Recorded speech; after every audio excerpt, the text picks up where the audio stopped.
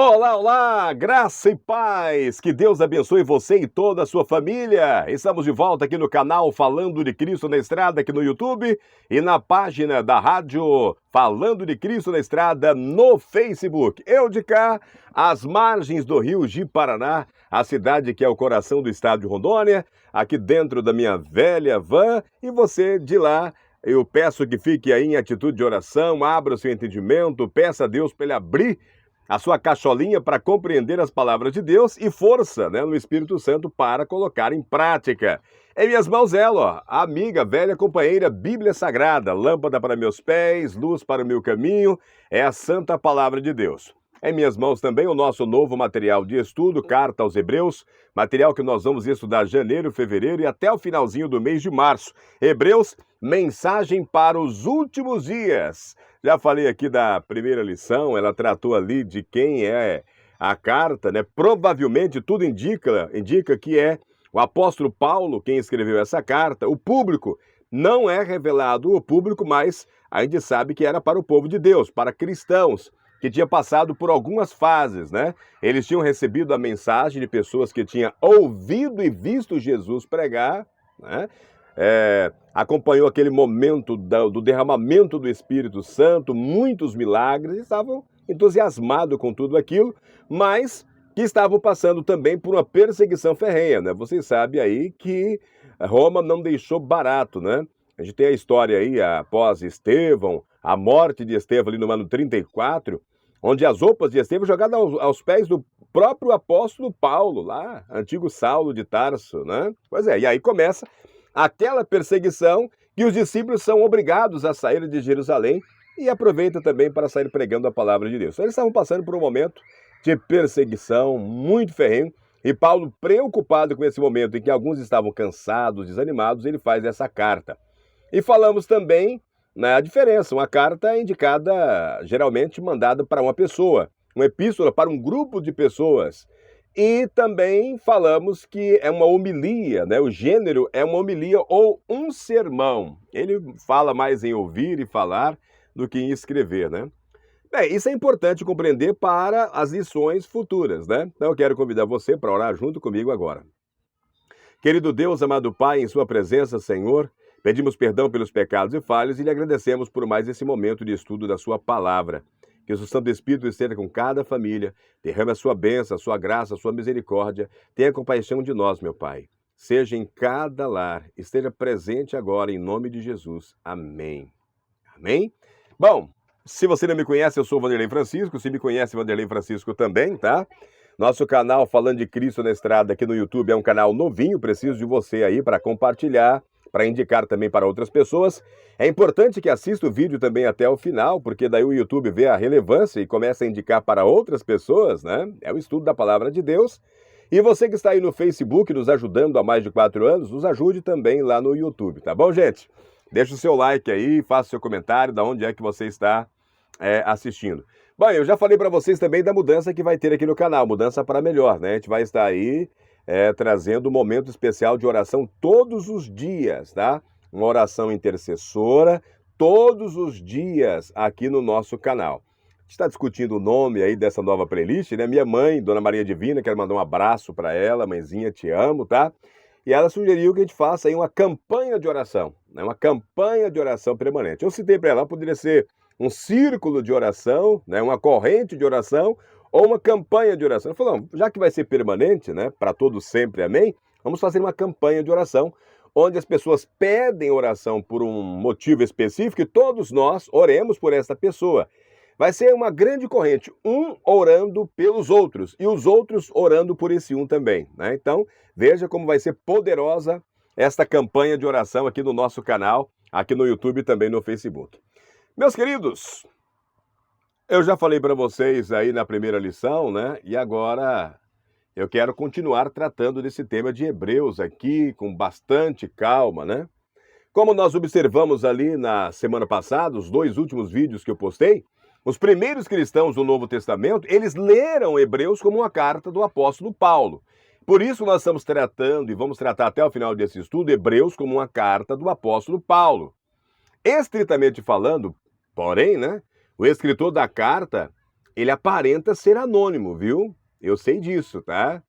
Isso gerou aí um debate, deu origem, pelo menos a 13 possíveis candidatos à autoria da carta de Hebreus. Alguns citaram que poderia ser Lucas, Barnabé, Judas, Estevão, Priscila e Áquila, Apolo, ou até mesmo Maria, a mãe de Jesus, é citada como uma possível escrivã, né, dessa carta. Mas, por tudo que nós vimos aí, né, e como aqueles que a receberam lá nos primórdios entenderam que fosse uma carta paulina, nós vamos continuar dizendo aqui que a carta é do apóstolo Paulo. Não faz mal, tá? Não faz mal.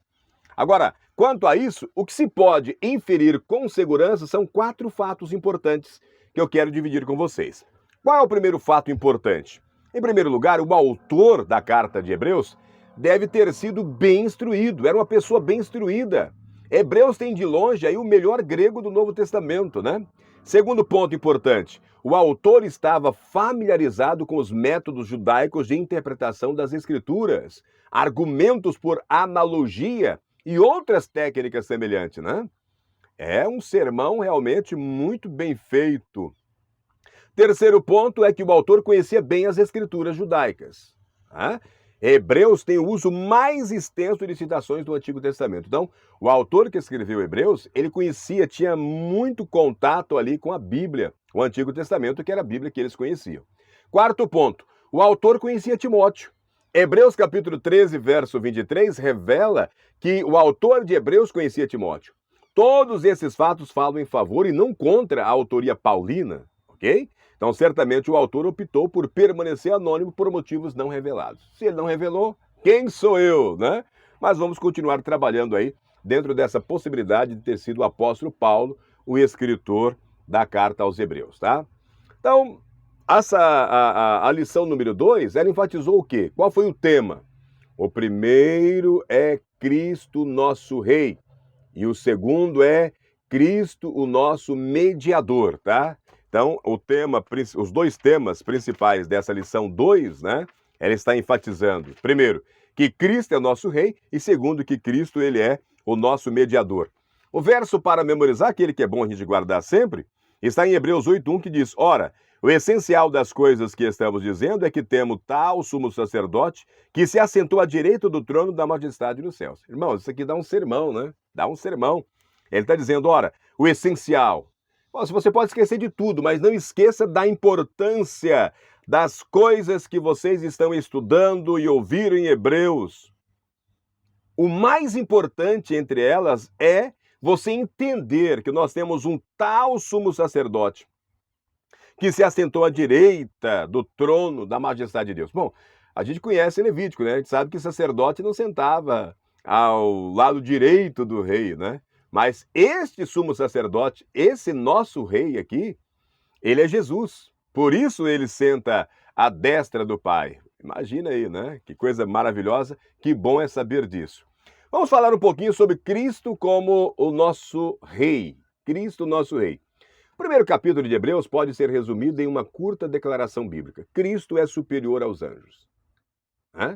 Hebreus capítulo 1, ele vai dizer que Cristo é superior aos anjos. O segundo capítulo pode ser resumido nessa declaração. Cristo se tornou menor do que os anjos por um período de tempo. Então, no primeiro capítulo, Cristo, Jesus, ele é maior do que os anjos. No próprio livro de Hebreus, no segundo capítulo, diz que Cristo se tornou menor que os anjos. Lá é Hebreus capítulo 2, verso 9, tá? Agora, o que queremos responder em nosso estudo é o que torna Jesus superior aos anjos e o eleva à posição de rei. O que é que torna Jesus superior aos anjos e leva Jesus a ter essa posição de rei, nosso rei? Abrem aspas. Antigamente, Deus falou muitas vezes e de muitas maneiras aos pais pelos profetas. Mas nesses últimos dias, nos falou pelo Filho, a quem constituiu herdeiro de todas as coisas e pelo qual também fez o universo. Hebreus capítulo 1, do verso 1 e 2. Né? Então, Paulo ele quis mostrar ao seu público e a nós que Deus falou e ainda fala. Ele falou em diferentes períodos de tempo, ele diz lá antigamente, e fala nesses últimos dias. Fala agora também. Nós estamos no período dos últimos dias. Sua mensagem tem diferentes destinatários, os pais e a nós. Ele fala por meio de diferentes agentes, os profetas e o Filho. Deus fala, irmãos, Deus fala e de muitas maneiras, tá bom? Deus fala e de muitas maneiras. Agora, quais são algumas de suas vias de comunicação, Vanderlei? Deus falou face a face com Adão, está lá em Gênesis capítulo 3. Deus falou tete a tete com Adão. Deus falou com Moisés no meio de uma sarça ardente, algo chamado de teofania, uma revelação divina. Está ali em Êxodo capítulo 3, do verso 2 ao verso 6. Deus falou a Balaão por meio de um jumento, está lá em Números, né? Se não me engano, Números capítulo 22, 28, né? Ele falou ao menino Samuel, chamando-o pelo nome lá em 1 Samuel capítulo 3, verso 10. A Elias em voz mansa e suave, 1 Reis capítulo 9, verso 12. Falou com Isaías por meio de uma visão no templo, Isaías capítulo 6, de 1 a 9. A Oséias por meio de suas circunstâncias familiares, Oséias capítulo 1, verso 2. Né? Então, todos esses modos de comunicação têm algo em comum. São incompletos. Isso mesmo. Mesmo sabendo que tudo isso é inspirado pelo Espírito Santo, todos esses métodos, esses modos de comunicação têm algo em comum, porque estão incompletos. Sua declaração final é culminante e apresentada nesses últimos dias, quando ele, Deus, fala por meio de seu Filho Jesus. Deus não falou apenas por meio das palavras de Jesus, mas também por meio das ações dele, por meio do seu caráter. Glória a Deus por isso, né? A revelação divina é progressiva, irmãos. Porém, não é de verdadeiro para verdadeiro, de maduro para mais maduro. Em vez disso, é um movimento para frente, um movimento contínuo em sua revelação de si mesmo à humanidade. Ao falar por meio das palavras e ações de Jesus, é o próprio Deus quem fala. É o próprio Deus quem fala. Imediatamente após a menção do Filho, Paulo fez 7 afirmações, ali em Hebreus, capítulo 1, do verso 2 ao verso 4, Paulo vai fazer 7 afirmações sobre ele, né? Sobre Jesus, que o elevam acima de qualquer anjo. Primeira afirmação que Paulo faz: Cristo é constituído herdeiro de todas as coisas, Hebreus 1, 2. Se ele é o herdeiro principal, seus seguidores são co-herdeiros com ele e hão de herdar a salvação, Hebreus capítulo 1, verso 14, irmãos. Que bênção isso, né? Com base no tema da herança, os primeiros cristãos afirmaram que Cristo, por meio da sua ressurreição e exaltação, recebeu uma herança celestial compartilhada com os seus seguidores. O vencedor herdará estas coisas. Apocalipse capítulo 21, 7. Ao vencedor será dado, ou em outra versão, o vencedor herdará estas coisas. Da mesma forma que a Bíblia afirma que os injustos não herdarão o reino de Deus. 1 Coríntios 6, 9 e 1 Coríntios 6, 10, né? Que os injustos não herdarão o reino do céu. Se os injustos não herdarão o reino do céu, há um reino do céu, e os justos em Cristo herdarão esse reino de Deus. Em segundo lugar, Cristo foi o agente da criação do Pai, pelo qual também fez o universo, Hebreus 1, 2. Cristo, como herdeiro, não é apenas o agente do tempo do fim, né, o tempo escatológico, por meio de quem Deus fala nesses últimos dias, mas também o agente da criação, protológico. Né? A função protológica do Filho aponta para a sua vitória escatológica. João confirma isso, dizendo que todas as coisas foram feitas por ele e sem ele nada do que foi feito se fez. João capítulo 1, verso 3. Repito, né? Todas as coisas foram feitas por ele e sem ele nada do que foi feito se fez. Terceiro ponto. Cristo, ele é o resplendor da glória de Deus. A gente vai entrar em outras lições mais detalhadas aí sobre o que é o resplendor da glória de Deus, né? Hebreus capítulo 1, verso 3. Algumas versões da Bíblia preferem a tradução o brilho da glória de Deus.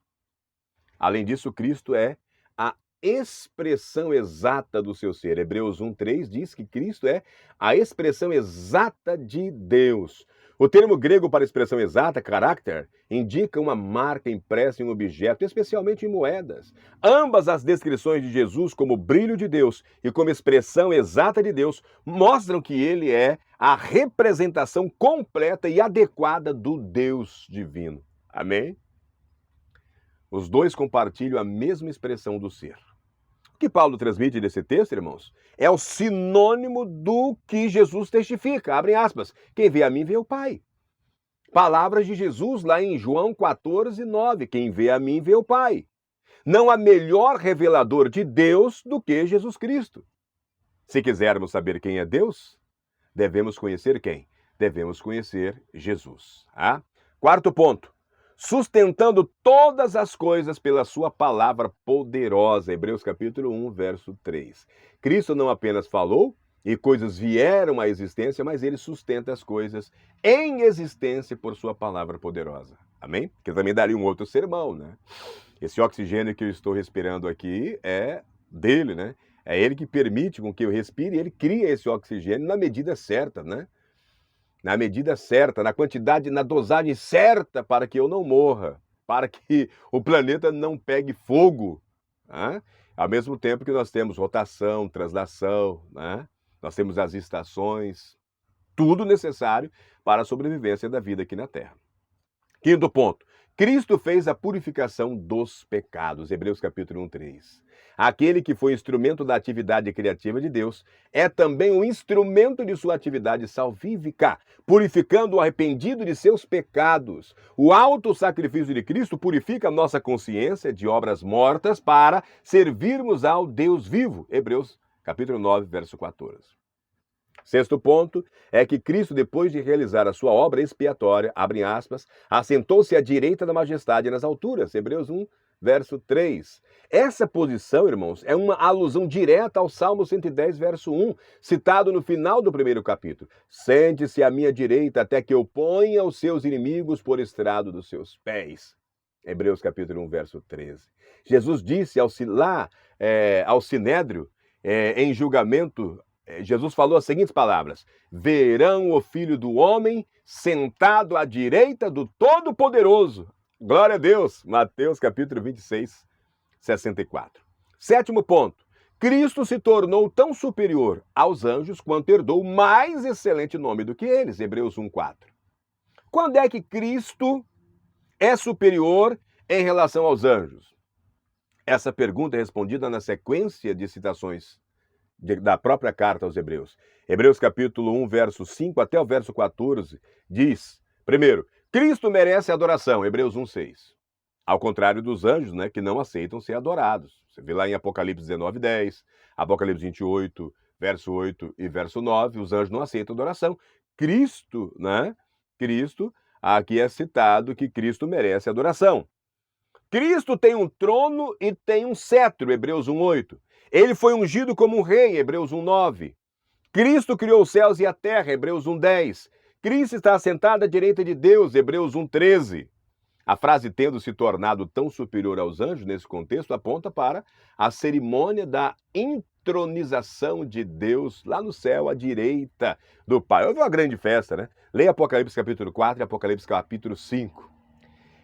Irmãos, em resumo, o que torna Cristo superior aos anjos é que Deus falou de muitas e diferentes maneiras aos pais do passado, mas nesses últimos dias ele fala por meio do Filho, que se tornou herdeiro de todas as coisas, é o criador de todas as coisas, é o reflexo e a marca do próprio Deus, sustenta todas as coisas, fez a purificação dos pecados e sentou-se à destra, à direita de Deus. Assim, Cristo é exaltado acima dos anjos e é superior a eles. E esses anjos são espíritos ministradores a serviço daqueles que herdam salvação. Hebreus capítulo 1, verso 14.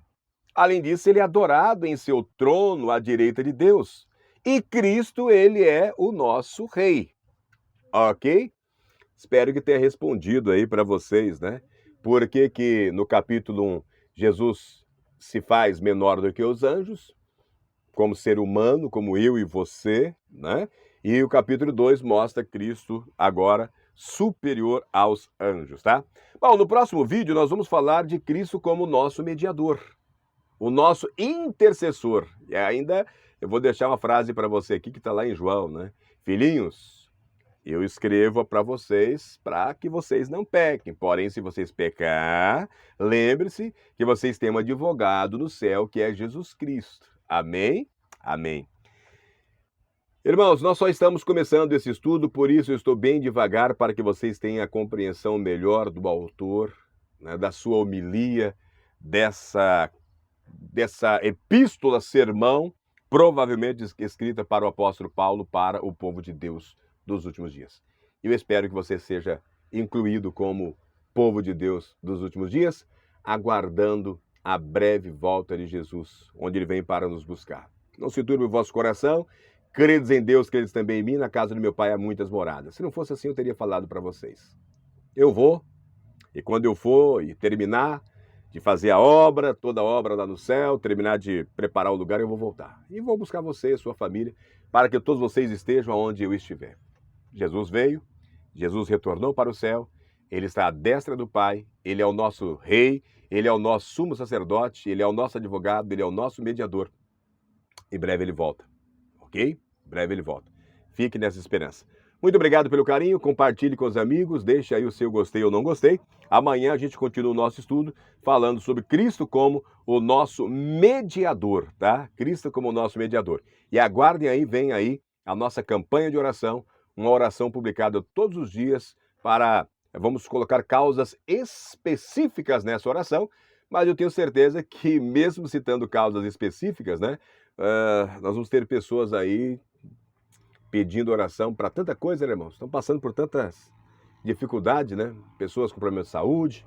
E aí, quando eu falo de saúde, é uma variedade de enfermidades que não acaba mais. Pessoas com problemas conjugais, problema familiar, problema com filhos, problemas com vícios. São muitos problemas. E vamos orar uns pelos outros. Ore por mim, eu estarei orando por vocês. Vamos orar? Querido Deus, amado Pai, em sua presença, Senhor, mais uma vez, pedimos perdão pelos pecados, perdão pelas falhas. Nesse estudo, nós temos a certeza que o Senhor é o nosso rei, que o Senhor é o nosso mediador, o Senhor é o nosso advogado. Interceda por nós. Apresentamos diante de Ti as nossas causas e pedimos que o Senhor venha diante do Pai agora, colocar os nossos problemas, as nossas situações, mas coloque também os nossos agradecimentos, meu Deus. Receba o nosso agradecimento. Muito obrigado por ter cuidado de nós até aqui. Muito obrigado pela esperança da salvação. Muito obrigado por ter assumido o nosso lugar e ter dado para nós essa chance, a chance do reencontro. E temos a certeza que em breve estaremos contigo no céu também. Seja com cada irmão, irmã, amiga e amigo que estão aí nesse canal, em nome de Jesus. Amém. Que Deus abençoe a todos. Pense nisso, tá? Um forte abraço e até amanhã.